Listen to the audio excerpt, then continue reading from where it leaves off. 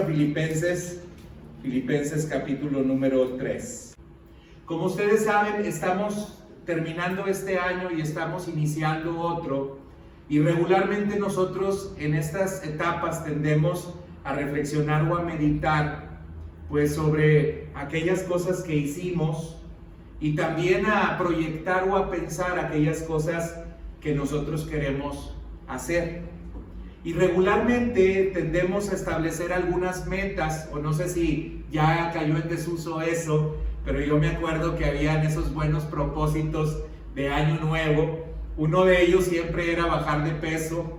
En enero los gimnasios estaban llenos y luego ya para febrero pues no había mucha gente en el gimnasio, pero regularmente tendemos a establecer algunos buenos propósitos al inicio del año.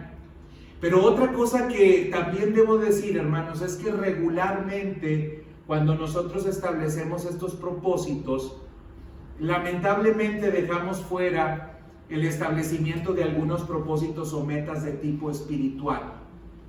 A veces nosotros pensamos en que queremos que nuestro negocio crezca o prospere, o a veces nosotros estamos pensando en que, como decía hace un momento, pues físicamente pues mejore mi situación. ¿Cómo? Pues bajando algunos kilos que traigo de más. Algunos otros quizás piensan en algunas metas académicas, quieren hacer algún posgrado o quieren hacer una especialidad. Algunos tienen algunas metas laborales, están pensando en mejorar la posición en la cual se encuentran. Y qué bueno que tengamos estas metas, pero a veces nosotros dejamos fuera las metas de carácter espiritual. Yo quiero que leamos el capítulo 3 de Filipenses y consideremos a partir del versículo número 12 hasta el versículo número 15, porque hoy yo quiero hablar acerca de 4 principios que nos pueden ayudar a establecer metas espirituales que realmente tengan fuerza y que realmente nos permitan avanzar. Dice el apóstol Pablo en Filipenses 3, del 12 al 15, no que lo haya alcanzado ya, ni que ya sea perfecto, sino que prosigo por ver si logro así aquello para lo cual fui también nacido por Cristo Jesús. Luego dice, hermanos, yo mismo no pretendo haberlo ya alcanzado, pero una cosa hago, olvidándome ciertamente de lo que queda atrás y extendiéndome a lo que está delante, prosigo a la meta, al premio del supremo llamamiento de Dios en Cristo Jesús. Así que todos los que somos perfectos, esto mismo sintamos, y si otra cosa sentís, eso también os lo revelará Dios. Hay 4 principios que yo quiero resaltar de estos versículos que encontramos aquí. Y el primer principio le voy a llamar el principio del divino descontento. El principio del divino descontento. Regularmente nosotros hemos escuchado al mismo apóstol Pablo y en la misma carta diciendo que debemos de contentarnos cualquiera que sea nuestra situación, que debemos de saber vivir en la abundancia como en la escasez. Pero algo interesante es que esto que el apóstol Pablo lo aplica específicamente a cuestiones de tipo material, no lo aplica en el sentido espiritual. Nosotros nos encontramos a un hombre que nosotros conocemos, escribió la mayor parte de las cartas del Nuevo Testamento. Nos encontramos a un hombre que si leemos versículos anteriores, versículos 5, 6, 7, 8 en adelante, vemos que narra las cualidades y las características que él tenía, diciendo que él era hebreo de hebreos, circuncidado al 8º día, enseñado a los pies de Gamaliel. Luego, por ejemplo, podemos ir a la carta a los Corintios, y ahí en la carta a los Corintios, en el capítulo 12 de la segunda carta a los Corintios, defendiendo su ministerio, el apóstol Pablo, por ejemplo, habla acerca de cómo él había sido azotado, había sido perseguido, había estado en naufragios, había sido difamado por los de su misma nación o de su mismo país. Y cuando vemos nosotros las credenciales del apóstol Pablo, pues podríamos pensar que sería una persona que, a diferencia de nosotros, se podría sentir bastante satisfecho por lo que había logrado espiritualmente. O sea, ninguno de nosotros nos atreveríamos a comparar con el apóstol a los gentiles, con aquel que extendió el evangelio por todo el mundo hasta ese tiempo conocido, que no lo detuvo absolutamente nada, que no temía absolutamente a nada, de tal forma que incluso él podía decir: para mí el vivir es Cristo y el morir es ganancia. Era una persona arrojada, era una persona comprometida con el Señor. Incluso él se llamaba a sí mismo siervo del Señor Jesucristo, o incluso en algunos otros pasajes él se refiere a sí mismo como esclavo del Señor Jesús. Así es que si nosotros quisiéramos ver una figura o un personaje destacado en el Nuevo Testamento después de Jesús, seguramente el que le sigue es el apóstol Pablo. No podría ser ni Pedro, aunque la Iglesia Católica lo exalte mucho. La verdad es que si usted lee el Nuevo Testamento, se va a dar cuenta en el libro de los Hechos y a través de todas las cartas que el personaje más destacado y más mencionado es el apóstol Pablo. Pero ahora nos encontramos a un apóstol Pablo que, aunque se contentaba, cualquiera que era su situación, no estaba contento en su vida espiritual. Y fíjense a qué grado que en el versículo 12 él dice: no que lo haya alcanzado ya, ni que ya sea perfecto, sino que prosigo por ver si logro asir aquello para lo cual fui también asido por Cristo Jesús.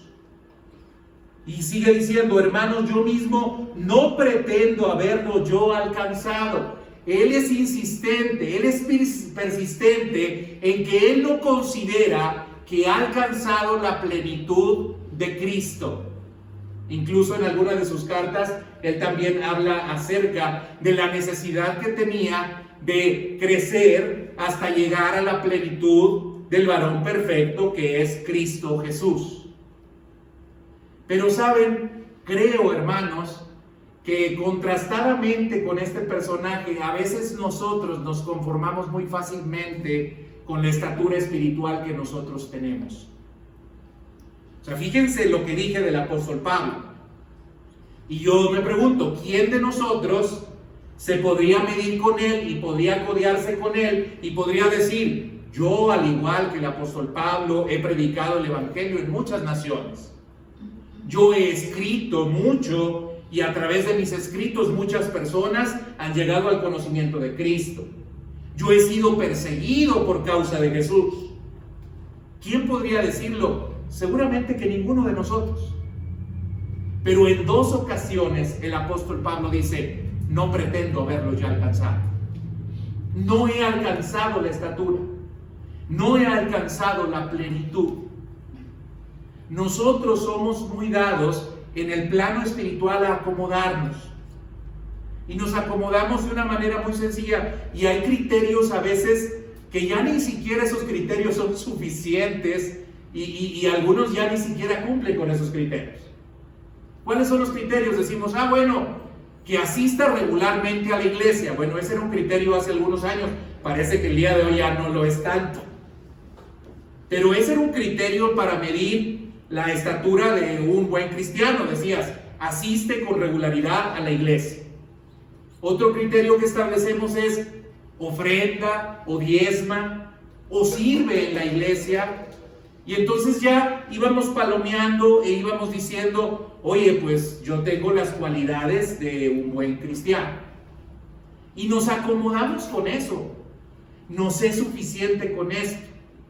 No vemos estas referencias como las del apóstol Pablo y mucho menos como las de Jesús, como para medirnos a nosotros y para decirnos: ¿sabes qué? Todavía no lo has alcanzado. Lo que tú has hecho está en la categoría de kinder, espiritualmente hablando. Lo que tú has hecho es pasar quizás plastilina 1 o plastilina 2. Pero no has llegado al grado en el cual estás hablando de cálculo diferencial o estás hablando de algunas operaciones ya muy abstractas que no son nada concretas. No hemos llegado a esos niveles. Sin embargo, en la vida espiritual nos conformamos con el nivel que tenemos. Y pasan los años y seguimos así, hermanos. Pasan los años y no crecemos como debiéramos de crecer. Por eso el mismo apóstol Pablo a una de las iglesias les decía: oye, es necesario que todavía les dé leche cuando debieran de usted comer alimento sólido. No crecemos, nos quedamos exactamente en la misma condición. Para crecer, la primera condición este año, si usted quiere crecer, hermano, es estar divinamente insatisfecho. Para crecer usted tiene que empezar por reconocer su pobreza y su necesidad, que usted está, y voy a utilizar una palabra que usa conmigo Israel, que usted está en cleque. Así dice que yo estoy en cleque, le digo, no, hijo, no voy a estar en cleque. Sí dices en cleque, ¿verdad?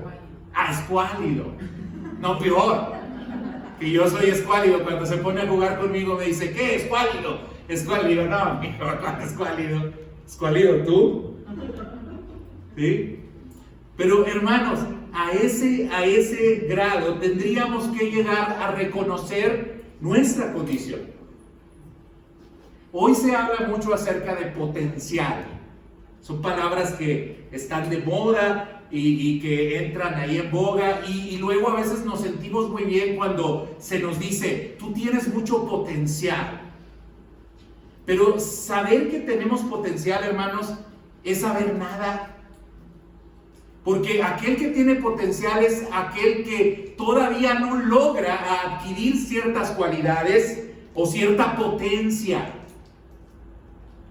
Y a veces, cuando nos dicen a los 20 años, oye, tienes potencial, pues a lo mejor sí nos podemos sentir halagados porque ven en nosotros ciertas cualidades. Pero cuando nos los dicen a los 45, nos siguen diciendo, oye, veo en ti potencial. Pues entonces esto habla acerca de que nos debiera de dar vergüenza que a lo largo de 25 años no pudimos desarrollar algunas habilidades y algunas cualidades que nos permitieran ya no solamente ser un proyecto, sino ser una realidad.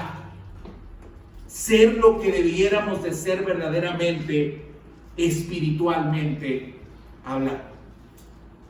Miren, necesitamos esa pobreza de la cual hablaba, por ejemplo, el salmista en el Salmo 42 y 43, cuando decía, como el ciervo brama por las corrientes de las aguas, así clama por ti, oh Dios, el alma mía.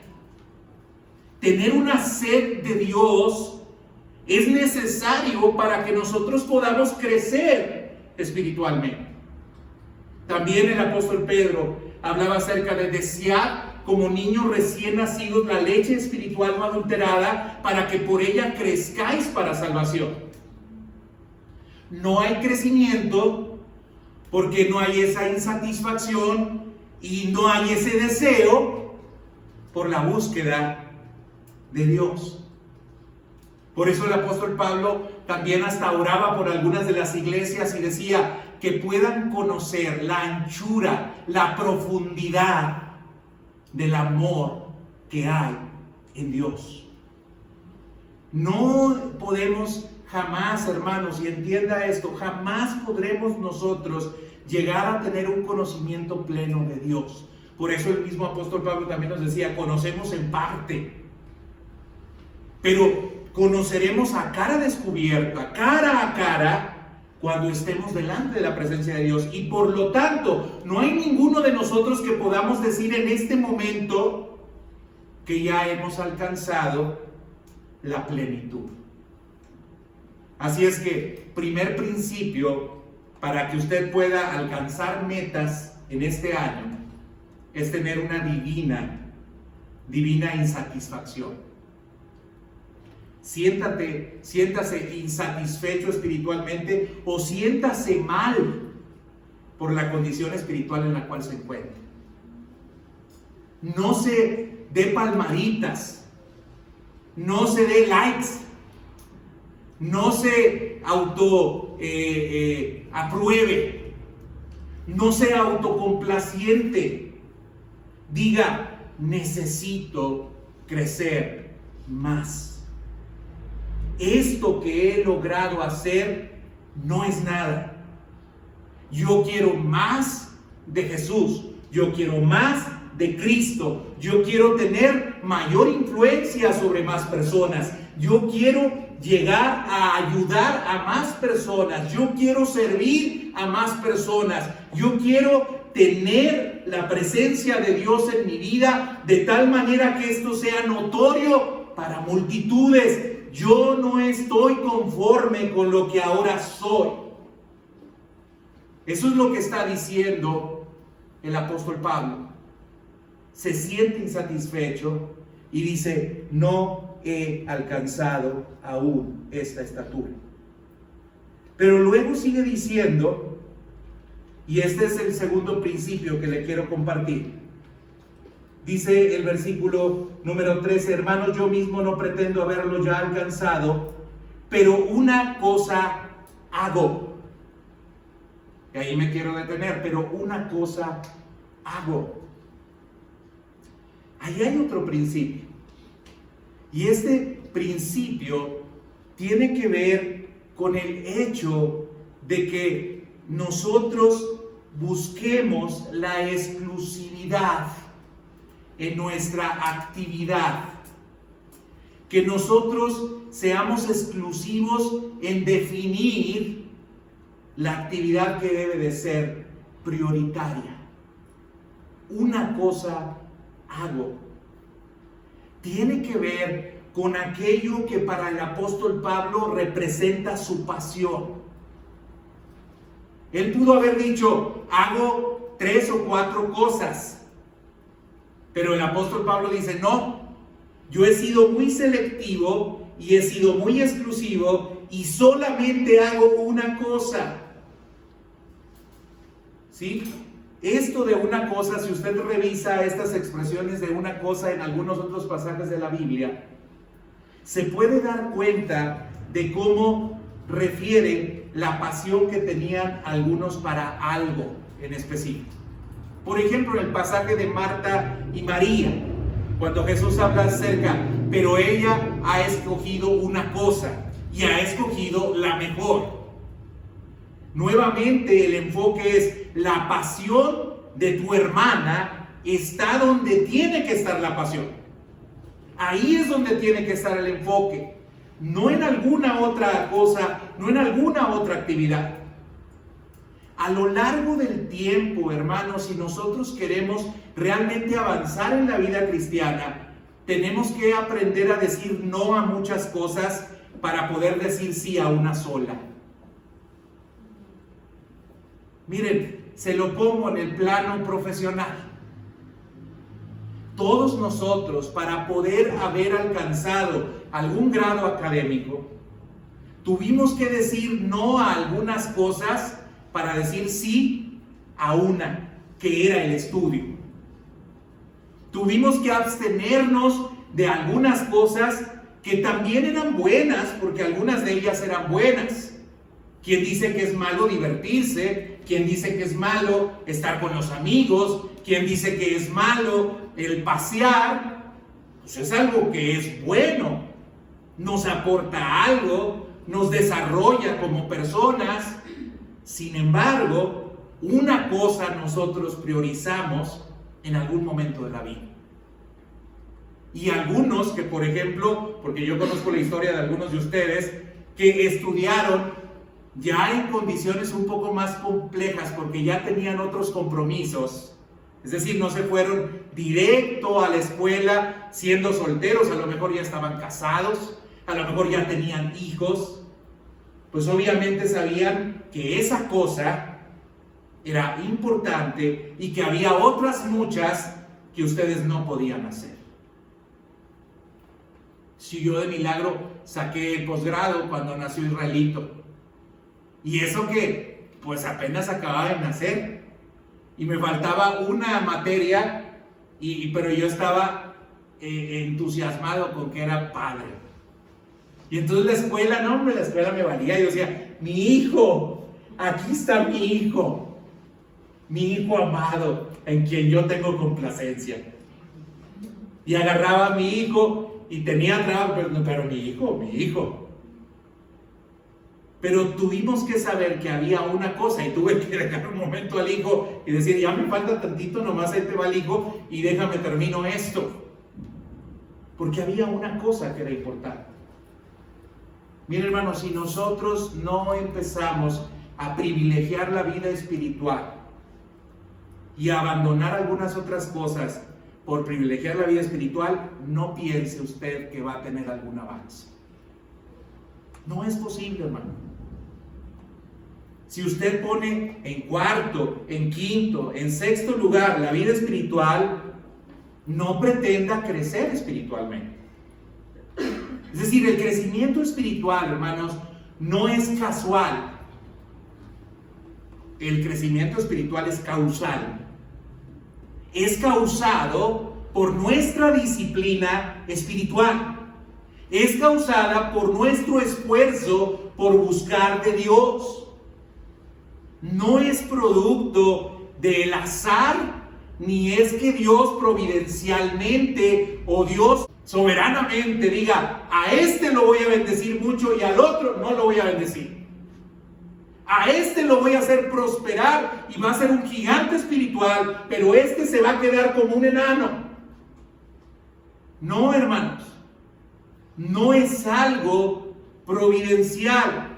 Providencial sí, en el sentido de que viene a través de los recursos espirituales que Dios provee y a través de la obra de Dios en nuestras vidas, pero no sin nuestra contribución y no sin nuestro trabajo. Una cosa hago, no lo he alcanzado, entonces tengo que ser exclusivo para poder lograr alcanzar aquello que no he podido todavía alcanzar. Miren, estaba leyendo acerca de algunos personajes destacados en el mundo del deporte. Y por ejemplo se hablaba de Usain Bolt, que corría 100 metros planos, 200 metros planos.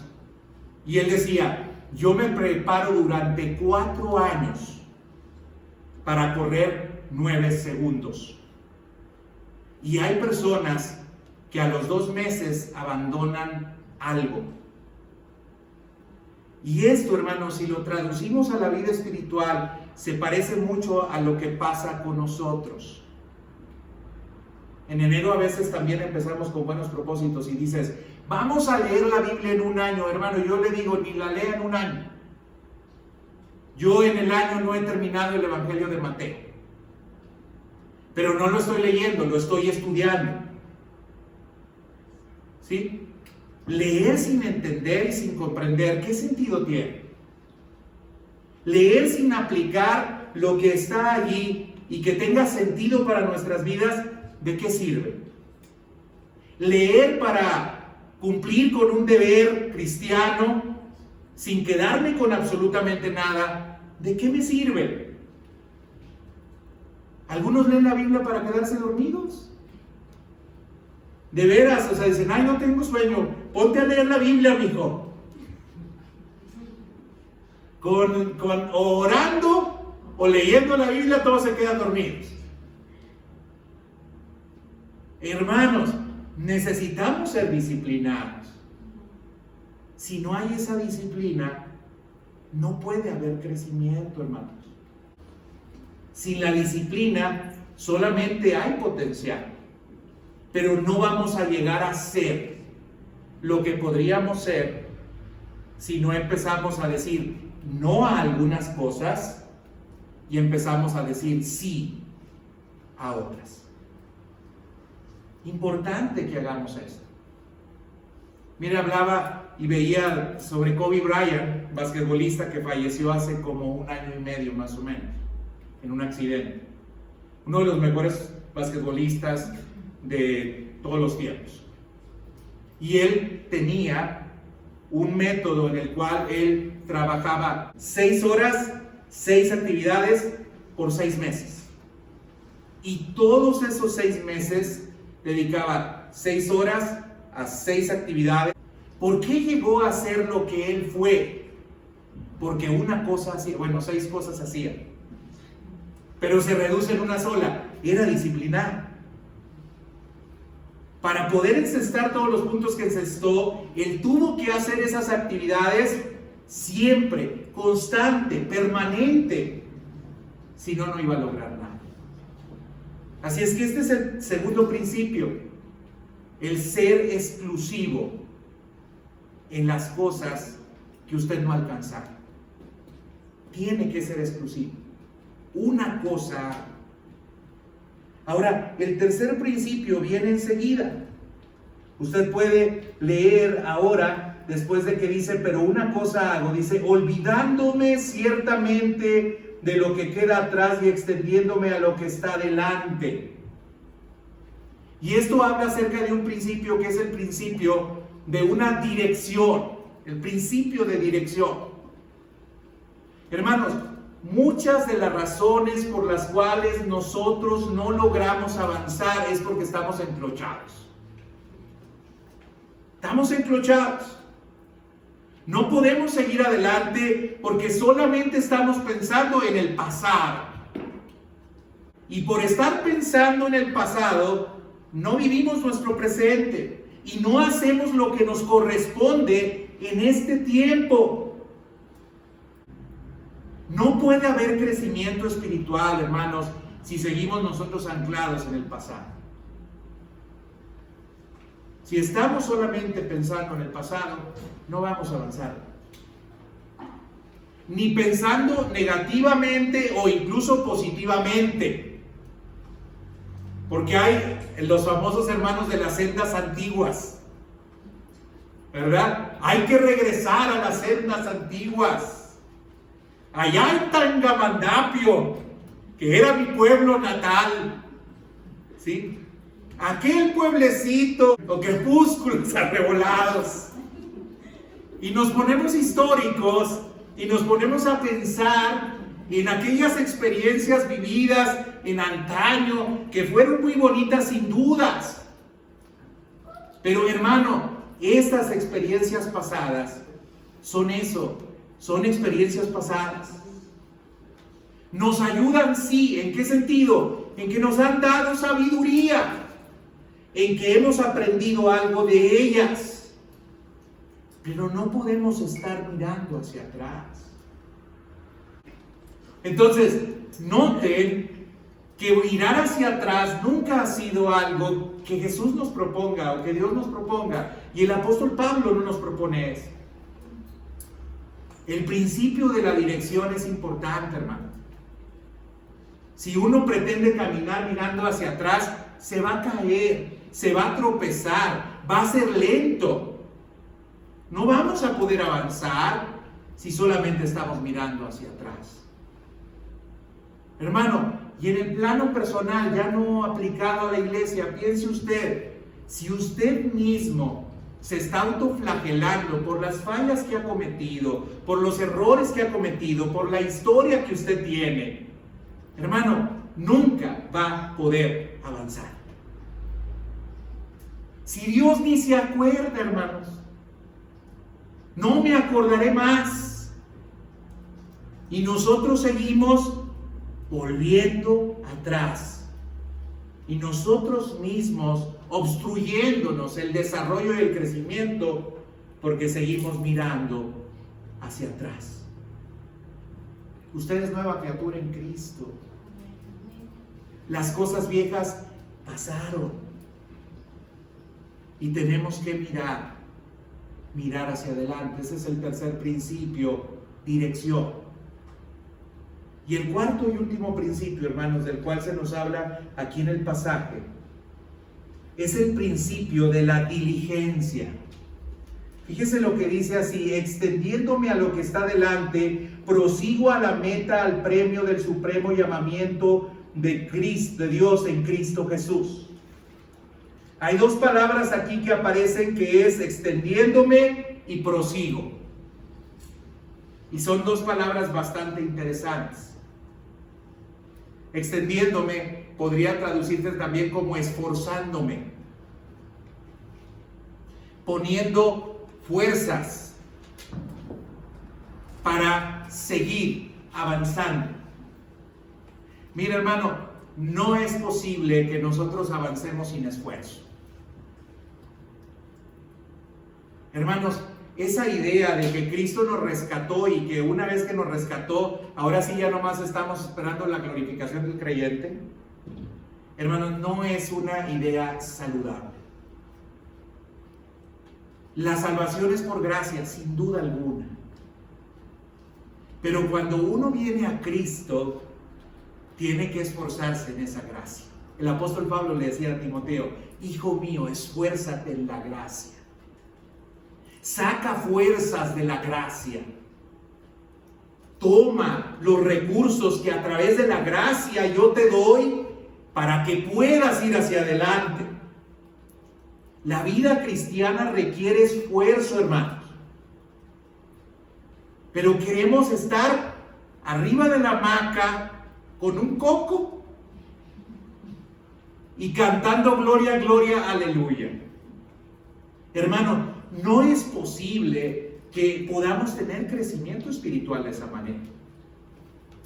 Nos tenemos que extender, tenemos que esforzarnos. Y este año, hermanos, yo le voy a invitar a esforzarse, no a tirarse en la hamaca.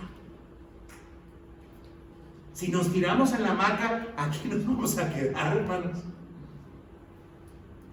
No va a suceder absolutamente nada. Pero tenemos que extendernos, tenemos que esforzarnos, tenemos que ir hacia adelante. La vida cristiana es de trabajo, hermanos. Y luego dice, no solamente extendiéndome, viene otra palabra aquí que les refería o que les decía que es prosigo a la meta. En griego, esta palabra, prosigo, significa como persigo la meta. Pero este tipo de persecución de la cual se habla en la idea que tiene este verbo de prosigo, es la idea de una persecución a corta distancia. ¿Eso qué me dice? Me dice que no puedo dar tregua a los objetivos o a las metas que yo me he trazado. Que no puedo permitir que se aleje mucho la meta que me he trazado. Que no puedo darme el gusto de quedarme un ratito viendo cómo se aleja aquello por lo cual yo he estado trabajando y por lo cual yo he esforzado. Tengo que perseguir eso.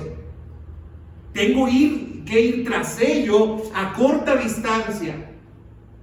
Tengo que hacer todo lo posible por llegar a la meta.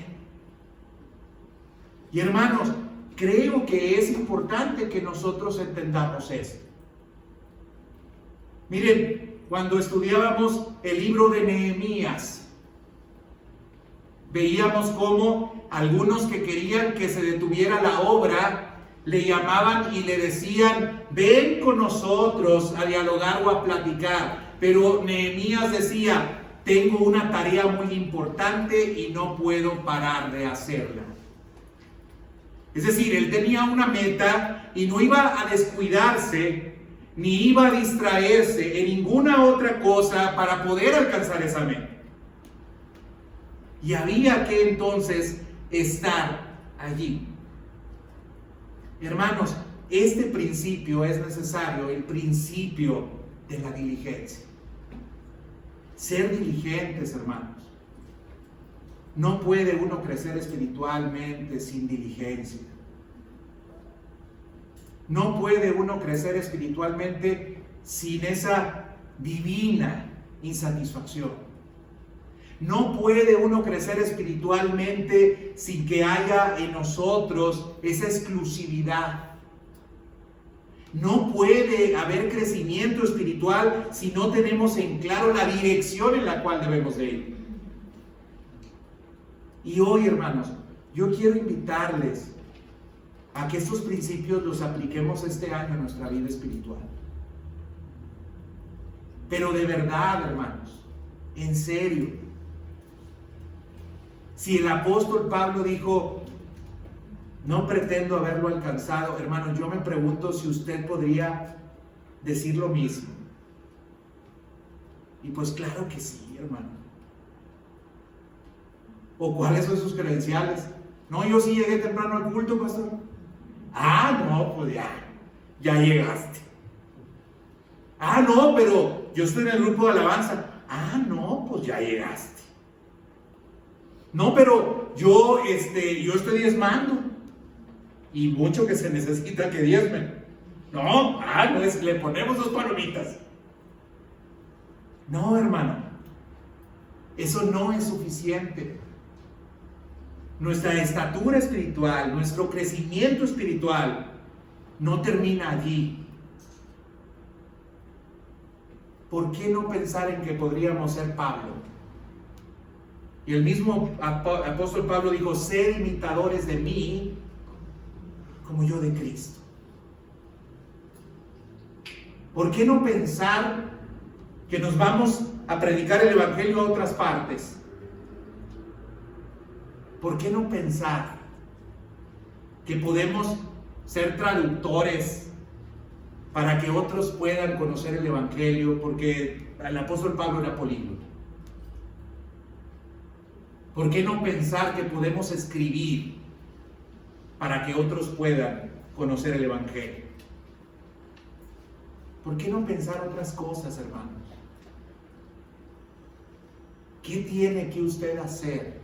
Estamos en el siglo XXI, yo esperaría que fuéramos más creativos que el apóstol Pablo, porque tenemos más recursos que el apóstol Pablo.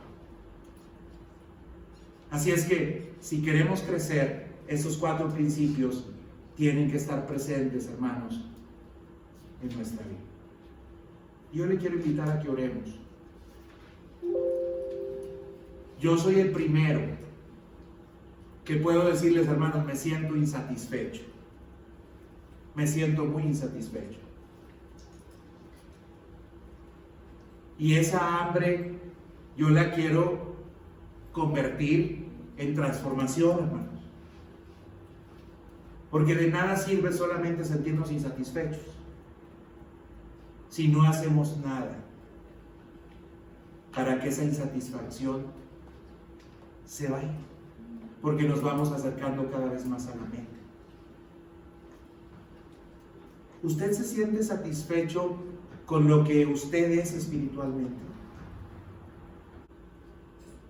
Vamos a orar y vamos a pedirle al Señor que nos permita establecer metas espirituales bajo estos principios que acabamos nosotros de escuchar. Póngase de pie para que podamos nosotros orar.